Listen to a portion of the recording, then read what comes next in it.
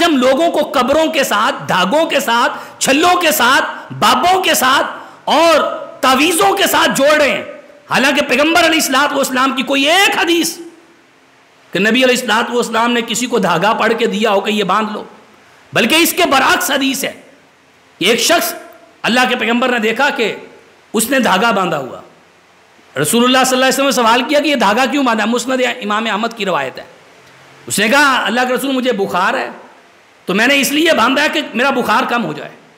آپ نے فرمایا یہ دھاگا تجھے بیماری میں زیادہ ہی کرے گا، کم نہیں کرنے والا. کیا دھاگوں پہ عقیدے آ گئے ہیں؟ اب ہمارے عقیدے اٹھ کے ان چھلوں اور کڑوں میں آ گئے. اتنا گندا عقیدہ.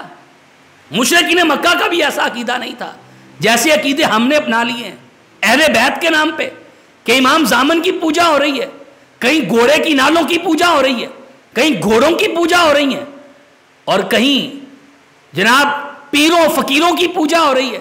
اور اللہ کے رسول تو آئے تھے لوگوں کو غیر اللہ کے آستانے سے اٹھا کر اللہ کے آستانے پہ گرانے کے لیے، لیکن آج لوگ چھلوں اور کڑوں کے مجاور بن چکے ہیں.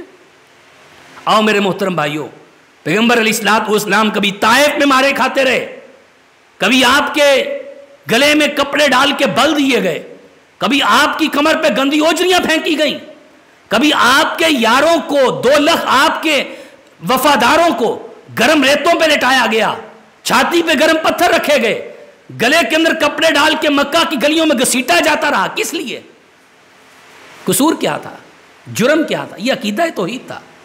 اسی عقیدے کی وجہ سے ماریں کھائی ہیں، اسی عقیدے کی وجہ سے سمیہ 2 لخت ہوئی ہے، اسی عقیدے کی وجہ سے بلال گرم ریتوں پہ لیٹا ہے. اور آج ہم نے اس عقیدے کی دھجیاں اڑا دی ہیں اور ہم کڑوں اور چھلوں کی پوجا کر رہے.